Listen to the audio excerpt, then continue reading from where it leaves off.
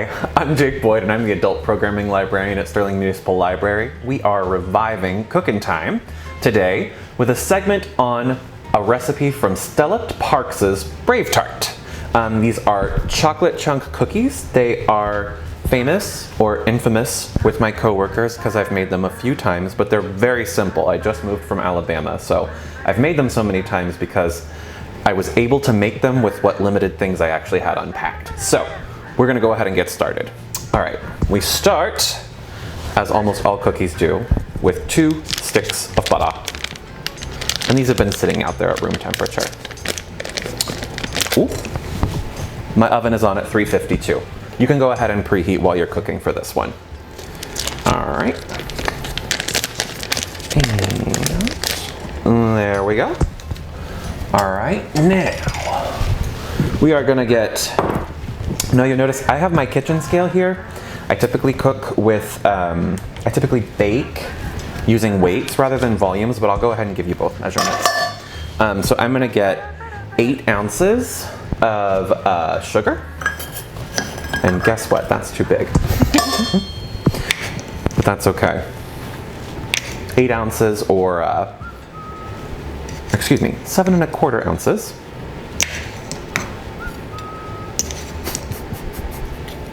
We're improvising. 7 1/4 ounces, perfect. And then we're gonna do 8 ounces of brown sugar. And that's 1 packed cup if you're using volume. Boop. Boop. There we go. All right. Now this one is kind of weird. Usually when you do cookies, you're gonna add your baking soda and your powder to the dry ingredients, but for this one, she says just throw it right in here. And it's easy. I feel like, you know, just dump all your stuff in this with the exception of the flour and the chocolate. So we're gonna do 2 teaspoons of kosher salt.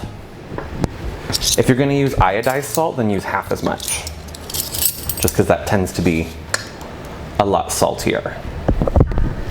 2 teaspoons. All right. We're gonna do 1 teaspoon of baking soda.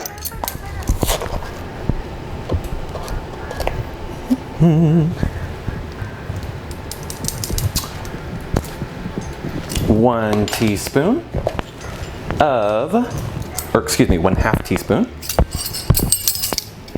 of baking powder.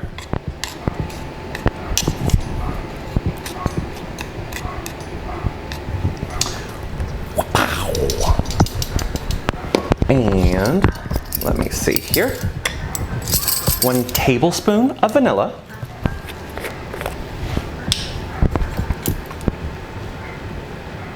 Ooh, and a little bit extra just for the road. It's all right. And now, here I'm gonna be a kitchen snob again. I'm gonna use fresh grated nutmeg. You can use pre-grated bottles of nutmeg, but treat yourself, love yourself. Just get a microplane. I promise you'll like it better. Okay, and this is only 1/8 of a teaspoon, so just a very little bit.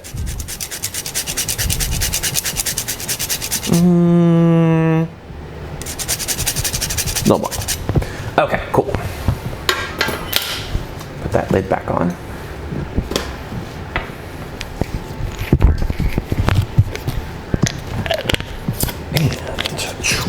And now we're gonna go ahead and take all of these ingredients and give them a quick spin. Anywhere from 2 to 5 minutes. You just kind of want to aerate it, cream it up in the KitchenAid.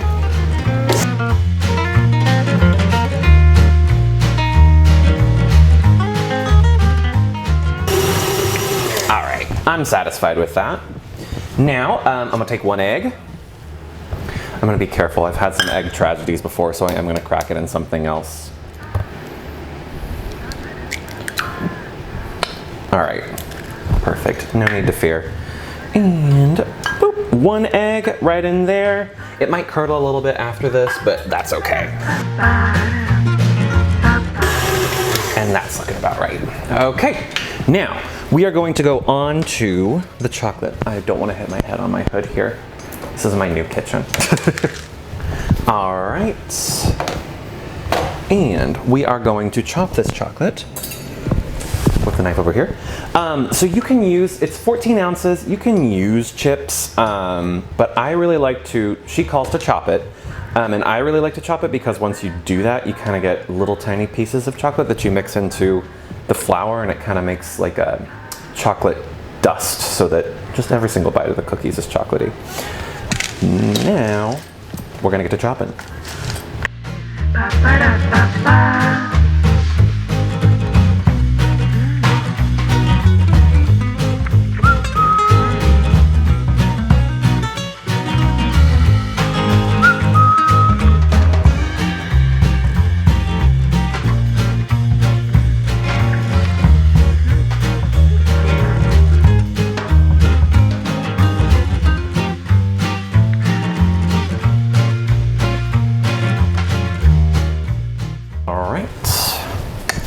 We've got all of our chocolate chopped. Now we're just gonna mix the flour in with it.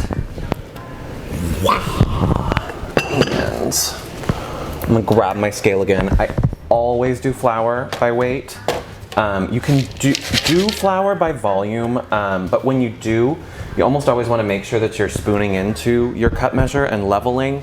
It's very easy to pack your flour into a cup measure, and then you'll get too much flour in your recipe and it'll make your cookies more dense than you want it to.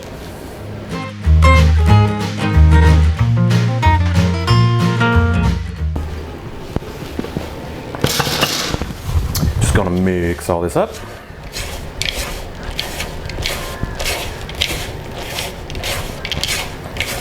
All right, that one got kind of big. I'm just gonna mix it into here.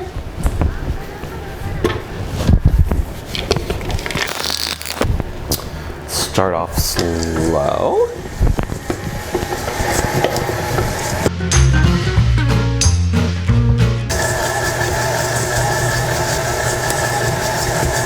All right, that'll be that. And gonna grab my prepared baking sheets. And then I use a 2 tablespoon one for this because I like big cookies. You can use a smaller scoop, just adjust your time accordingly.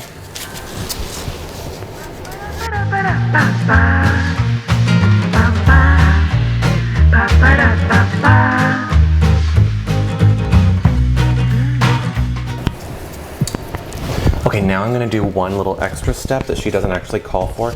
I like to top all of them with a little bit of Maldon salt. It's just a little fancy finish for the top of them, and also salty chocolate chip cookies are better, so. All right, and now they go into the oven for 13 minutes.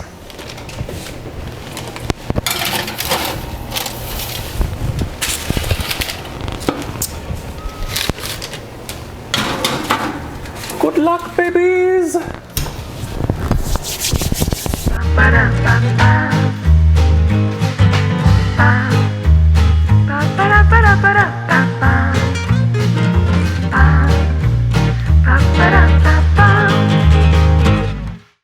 Thank you.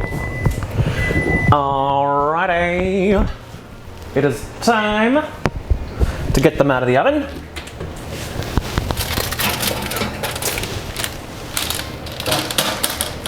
Right. Okay, perfect. They look great. We are gonna leave them on their trays for about 5 minutes, just so the bottoms can firm up a little bit more.